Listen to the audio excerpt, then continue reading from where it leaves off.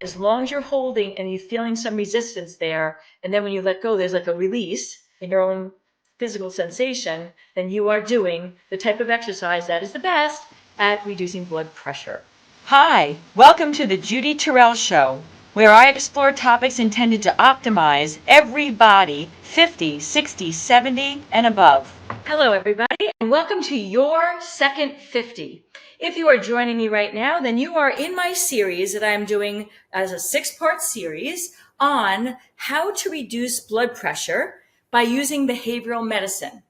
All right. Behavioral medicine is basically everyday life patterns and used in a way that you're being mindful of how they can help you to optimize your wellness or reverse chronic disease or control some sort of a disease similar to what we're talking about right now, blood pressure, but that could also be heart disease and diabetes and arthritis, any number of things that happen to us as we're in our second 50s.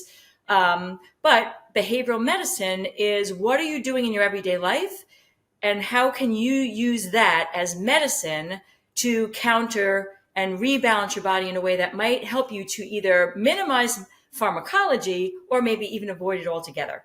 All right. But this episode is episode number 5 in a 6-part series on how, if you're over 50, male or female, although this is more common to men at this point, how to lower your blood pressure. All right, we're on episode number 5, and I have covered, obviously, ingesting things. You know, we want to lower sodium. You have to avoid and be watchful for the sodium count in your foods. I've showed you methods to do that you might not have known in that second episode. The first episode was about increasing potassium foods, because sodium and potassium have a balance in your body. And if you have high sodium, then you're low in potassium, that can affect your blood pressure. So I went over what foods are high in potassium, not a supplement. What foods can you include in your diet? Then we went over how to decrease mental stress. I had a couple techniques for you in episode number 3 for that, because stress increases blood pressure. And so if you can minimize it in your own being as you're experiencing stress in your everyday life, that can help your blood pressure. We talked about how belly fat contributes to blood pressure and what to do about that. And now in this episode, I'm going to talk about exercise. All right. You know, it's no secret. Exercise is kind of like the new, angel for preventing and reversing everything from mental health diseases to physical diseases. But I want to go over some specifics about exercise and high blood pressure, and a new finding that has just come down the pipe in the last couple months, and how that might benefit you. All right. So let's just talk about that for a second.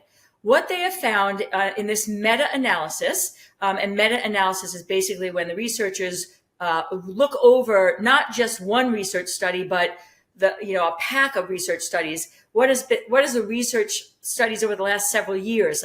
So in this case, it was 270 studies, where they then combine the results and meta-analyze those. So not just the results of one or looking at the results of the other, with the whole 270, what results showed when you're analyzing so many studies. There were 15,000 people total in the 270 studies. So again, this is generalizable, more so than if you're just reading research on a 100-person study and only one time was that study done.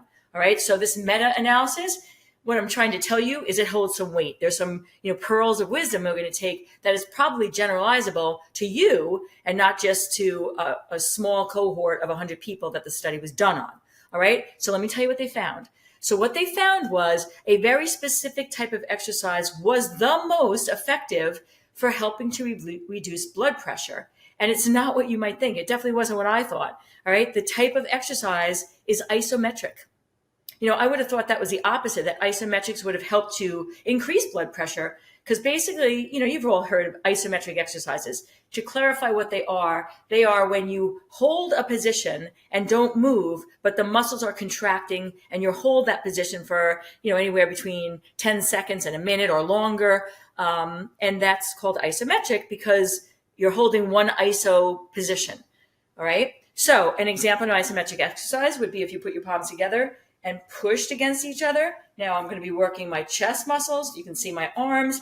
And if I hold this and count to 15 or 30 or 45 seconds and then release, and then, after about 30 seconds rest, do that again, and maybe do a set of 3 different repetitions of holding for 30 seconds. That is an example of an isometric exercise. So why would that help to reduce blood pressure more so than other types of exercise, such as cardiovascular exercise where you're walking or running or swimming or kayaking?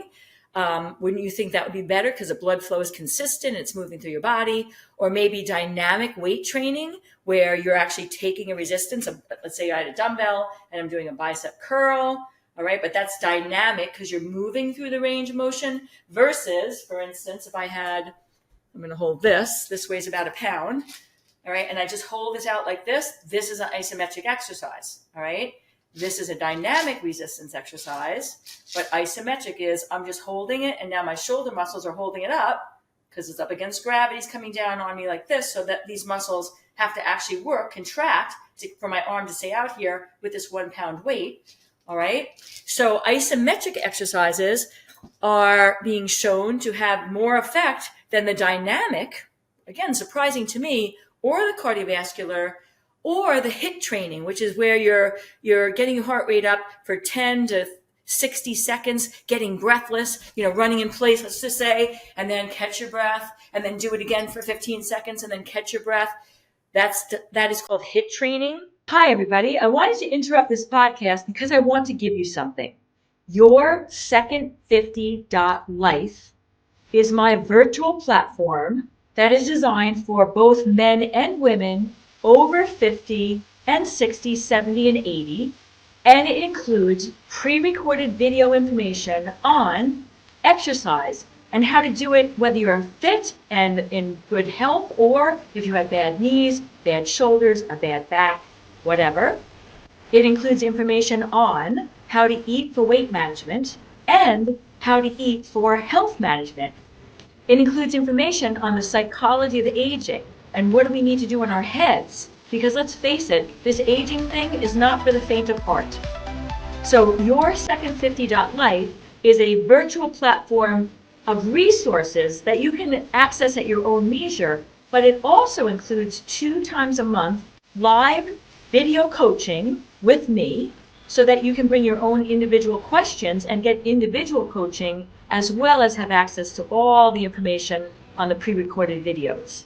So please check it out, because we're all in this together, and we got this if we work as a team. All right, everybody, back to the show. And now all these types of exercise, any type of exercise, yoga, Pilates, dynamic resistance weight training, cardiovascular, both moderate level output sustained, and this HIIT training that I just talked about. I just want to clarify, every single type of exercise is good for helping reduce blood pressure. So if you don't want to do the isometrics that I'm going to give you a couple examples more of in just a second, don't think other exercises are going to help, because it will.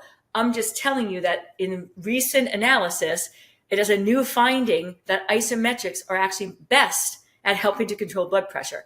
And the theory is that when you're holding a position, the muscle fibers are actually blocking the blood flow in the capillaries. And then when you release it, there's chemical messages that are sent out to dilate the blood vessels. And when you're dilating the blood vessels, that decreases blood pressure. So that's the method that they're, theorizing as to why the isometrics are better than the other types. But clearly they came out in the meta-analysis above and beyond all other types. So, what I'm going to tell you to do if you have high blood pressure and you're over 50, this is actually good news, because isometrics aren't that hard to do, right? And so I just showed you one. Just put your hands together and push. I like to do it palm to palm and hold for 30 seconds. I'm working these muscles, and then release it, shake them out a little bit, then do that again. And like I said, you might do 3 sets of 30-second holds. That's an isometric exercise. Another isometric exercise, I did this specifically with a door behind me, so I can illustrate this, is to come against a door or a wall, anything that you can put your body weight against, and then walk your legs out. And you want to walk your legs out so that you don't hurt your knees. But then you're going to just slide down the wall to where it's comfortable for your knees, because I have bad knees. If I go too low, it hurts, but right here, it feels good. Now, my leg muscles are isometrically contracting here. So if I hold this for 30 seconds, and then I come back up, step away, shake them out a little bit, and then do another set against the door. Very important, you walk your feet out so that when you come down, your knees are right over your feet, okay? Right over the center of your ankles. And you're holding for 30 seconds. And then you're going to come up and out of that. Lean forward to come up from against the door. And you could do a series of 3 of those every day. Just stick them in. Like if you're watching TV, put those on a commercial. If you're at your desk sitting for a while, walk around, get up, walk around your desk a couple times, and then do a couple of these squats against the wall, isometrically holding. Another very, very common isometric exercise is planking, which is basically holding a push-up position. Now, if you can do that, if you're able to get down to the floor and hold a push-up position, hold it for as long as you can, 30 seconds, a minute, 2 minutes, come out of it, do that a couple times. If you're not strong enough or can't get down to the floor, many of my clients are in their 70s and 80s. Maybe if they can, actually what I hear is I can get down, I just can't get up. So, I don't have to go to the floor. For instance, you can do this. And again, I'm going to rearrange I'm on a countertop right here. So if I put my hands on the countertop and then I walk my legs back, I'm doing a plank on a 45-degree angle. You can also bend your elbows and hold it here, 30 seconds, and then come up and out of it. If that is too aggressive, and again, you find that you can't hold your body weight, let me get this a little more adjusted, you can do the same thing against the door. Put your hands against the door. Now you're going to walk your feet out so that there's weight in your arms, and then hold that for 30 seconds, and then come back in. Now, the more weight that you're able to use, the more constriction to the blood flow, and then the larger the flush back in you're going to get, which is what they're saying is the mechanism that's the best at helping to reduce the blood pressure. So try to use as aggressive as a lean as you can, or as heavy, like I just showed you, any exercise where, like if I had 2 of these in my hands and I hold them out like this, I'd be working isometric shoulders. Even if I'm just pushing against a jar or a dumbbell, that's another isometric. So you can also Google and just get an idea of some others, but the ones I just showed you, that one is for the lower body, several were for the upper body. Now you're getting, that capillary and the release of the blood flow and the dilation of the arteries throughout all your body, not just one area. So what I'm saying is target one for the upper shoulder, arm, chest area, back, and then target another isometric that's going to use your legs, like the squat against the wall, and then that push up against the counter or on the floor in a plank, and you're covered now, not just one group of arteries, but all of them, right? All right, so isometric exercise peppered in your day. You can do them daily. It doesn't take much, a couple minutes at most, even if you're less ambulatory than somebody else because you're in your 70s, 80s, 90s versus somebody in their 50s or 60s, my over 50 crowd. You can adapt, modify it, but as long as you're holding and you're feeling some resistance there, and then when you let go, there's like a release in your own physical sensation, then you are doing the type of exercise that is the best at reducing blood pressure. All right, everybody, I hope that you got some pearls of wisdom in this, some things that maybe you didn't know.